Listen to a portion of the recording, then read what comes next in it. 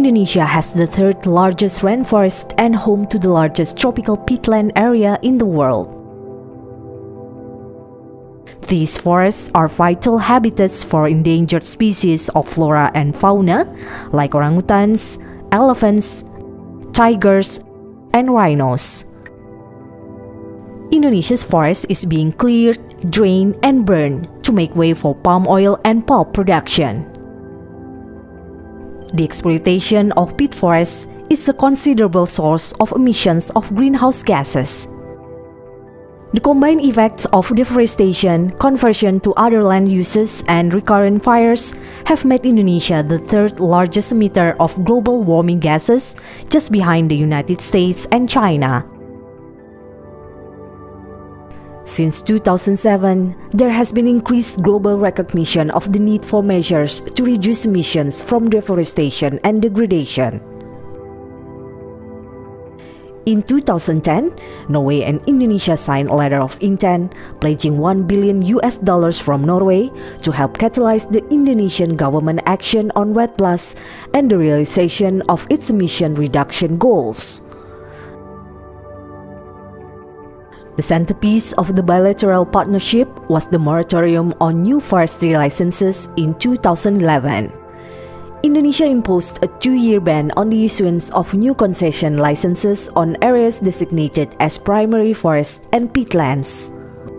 World Resources Institute data showed that from 2011 to 2013, Indonesia's annual primary forest loss slowed to less than 1 million hectares, the lowest achieved rate in a decade. The REDD+ partnership program is implemented over 3 phases: preparation, transformation, and contributions for verified emission reductions. A national task force was established in 2010 before transforming into a ministerial-level REDD+ managing agency in 2013. Intended to integrate roles and responsibilities, the agency was incorporated into a newly created Directorate General under Indonesia's Ministry of Environment and Forestry. This demonstrates the commitment of Indonesia's government to adopt REDD+ into its national agenda. As a response to the administrative changes in the central government, the REDD+ partnership program entered a 2-year transition period in 2015.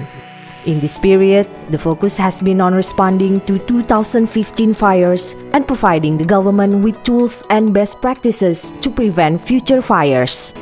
In parallel, Indonesia is readying its institutions to finance, implement, and monitor for the scale-up of REDD+ initiatives across the country. Kondisi kebakaran lahan hutan, terutama di Sumatera dan Kalimantan, telah memberikan highlight catatan bahwa ada hal serius yang kita hadapi. Oleh karena itu, tidak boleh lagi ada business as usual skenario. Kita akan menghadapi kesulitan apabila hal itu terus berlangsung. Communities are at the front line of fire prevention and management.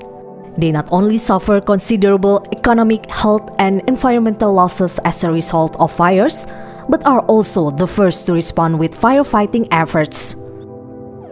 The REDD+ partnership program has strengthened the capacities of more than 1,000 people to be more effective in fire prevention, suppression, and suppression by providing them with knowledge, training, and equipment. With the help of local communities, hundreds of canal blockings, hydrant wells, and retention basins were built in 5 fire-prone provinces. Communities are improving fire control and are also learning how to incorporate zero-burn techniques into land use and agricultural practices. To further increase Indonesia's fire prevention capacity, REDD+ partnership supports the development of an integrated forest fire monitoring system. This internet-based early warning system provides near real-time hotspot information, which enables central and local governments to take timely and appropriate preventive measures. Indonesia has pledged to reduce its emissions by 2030 with domestic resources and also international support. To help assess the country's performance in implementing REDD+ activities, Indonesia submitted a forest reference emissions level to the UNFCCC in 2015. Reference levels serve as benchmarks and are expressed as tons of CO2 equivalent per year for a reference period compared to the emission and removals from a result period. To account REDD+ activities, MRV system is also being developed. The result will be reported periodically. In an effort to raise awareness on deforestation and land degradation, REDD+ Partnership supported several public education activities and awareness campaigns. A climate change festival was held in 2016, engaging more than 75 institutions, including civil society organizations, business parties, also medias. These events are aimed at inspiring the general public and decision makers to take action in reducing climate change and keeping global warming below 2 degrees Celsius. The Indonesian government aims to see almost 13 million hectares of forest managed by local communities by 2019. Through the Social Forestry Program, communities are encouraged to manage state forests through different schemes. By 2016, 70 forest management leases to more than 100,000 hectares of land have been granted to communities, and 150 more are being processed in West Sumatra. Changes in the way the government perceives the role of communities in forestry can also be seen in local regulations recognizing permit given also clarify and avoid tenurial conflict while protecting customary land rights. Through the Social Forestry Program, more communities across Indonesia are encouraged to sustainably manage natural resources for their livelihoods. To help the government fast-track applications and make the social forestry permit issuance more transparent, REDD+ Partnership is providing tools and underpinning regulations to allow local communities to apply for management rights online. Responding to recommendation made following the devastating 2015 forest and land fires, the Indonesian government established the Peatland Restoration Agency in 2016. The agency, known as BRG, coordinates the recovery of damaged peatland.